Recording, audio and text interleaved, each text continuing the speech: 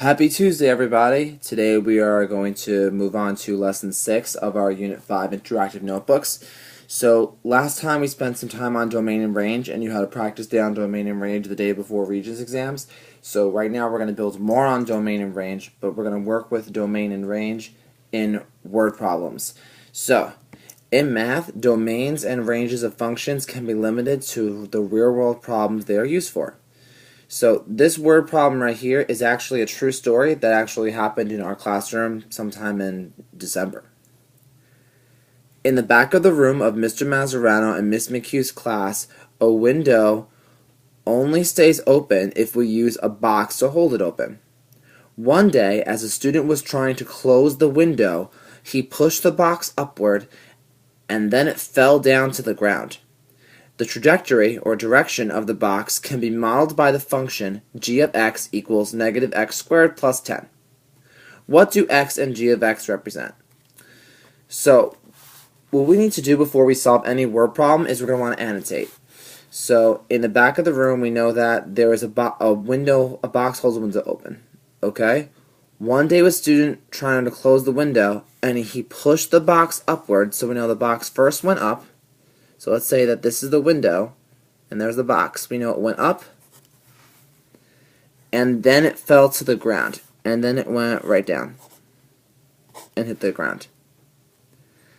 The trajectory, or the direction of the box, can be modeled by the function g of x equals negative x squared plus 10.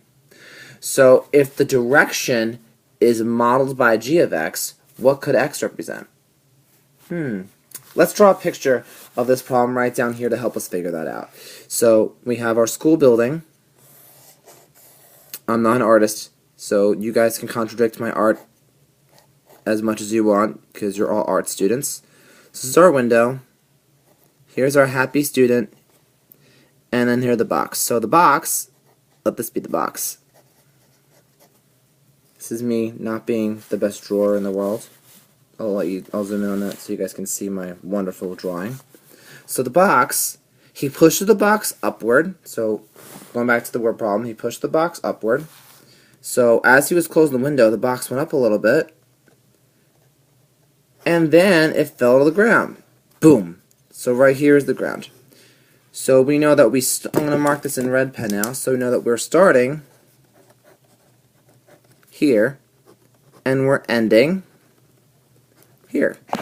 Now, what else do we also know? We know that our g of x represents the trajectory because the trajectory is modeled by the function. So we know that g of x equals trajectory or direction. So when we're talking about direction, we're talking about distance. So now that we're talking about how far this box is going. So we know it's going up some, and then it's going down. And then x. So when we're talking about distance, we're usually talking about something else. So we know that what's going on. After so much something, the box reaches its peak height, and then it goes down. So what do you think that could be? The answer is time. So we know that our g of x, or what's going to be our y-axis, is going to be distance. And we know that our x-axis is going to be time. Now, I want you to think about what limitations could there be for the domain and for the range of the function in the context of this word problem. So whenever you see this phrase in the context of the word problem, what this means is in this problem. Whenever you see that, I want you to ask yourself, what does this have to do with my problem? Have to do with my problem. So we see here that, okay, what's the limit for the domain and range? So let's use our pen trick, and help us out. So we know that we're starting initially right here. No time has gone by when we first dropped the box. So we know that our time, which is our domain, we're starting at 0. So we know that our domain, 0, is less than or equal to x, and it ends at whatever time we stop. is less than or equal to our stop time. Okay? Our range, we know our height is going to start at 0. The lowest point of our height is the ground. That's 0. Is less than or equal to, so we go all the way to the top. We see the highest point is right here, and that's the maximum height of box. Max height of box. So, are all types of numbers included? Think about this. Are all real numbers included? Or is it just integers? Only like rational numbers including positive, negative fractions? Or is it only whole numbers? So we know both the domain and range because we can't have negative time and we can't have a negative height. We can travel half a second and we can travel half of a foot. So the domain and range are positive rational numbers. So whole or fraction.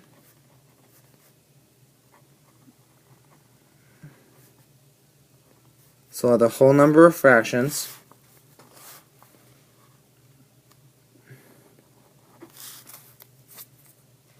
and the max height is the end of the range.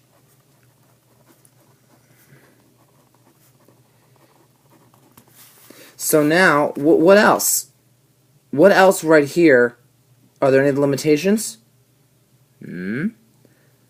Yeah. The domain ends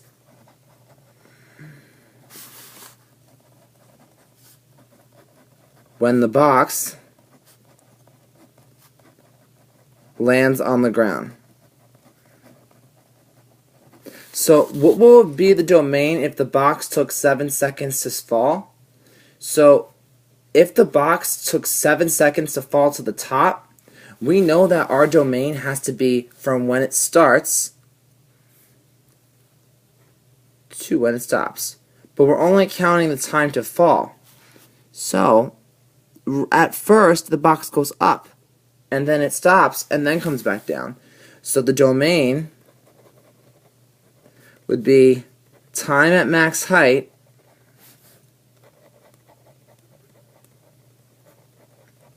which is less than x, which is less than time it hits the ground. So if we're looking for specific number types, these are positive rational numbers.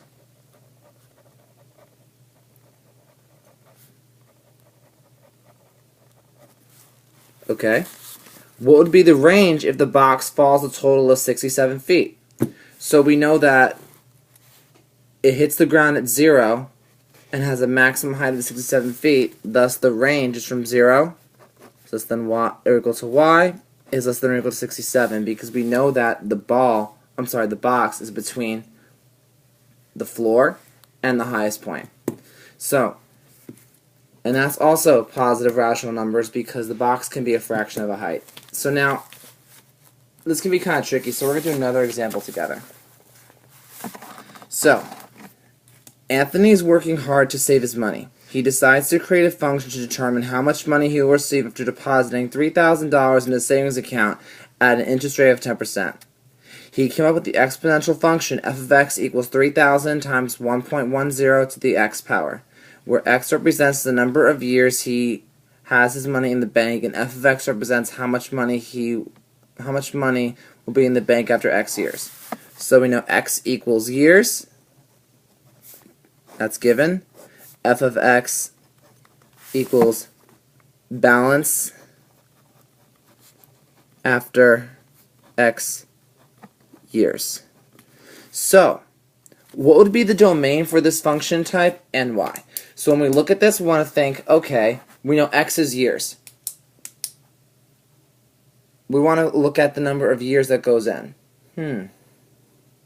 So, we're looking at only years, and we're also wondering, is there a limit of how many years an account can go for? Think about that.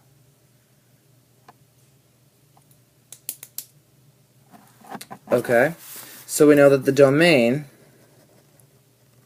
when we're looking at numbers, would be 0 is less than or equal to x is less than infinity, or if you prefer interval notation, 0, infinity. And the reason is because we can plug in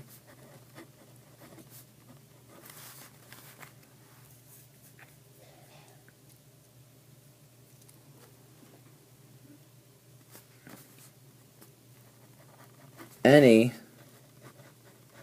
whole number. Now hold on though. That means we can plug in a whole number and any fraction or decimal.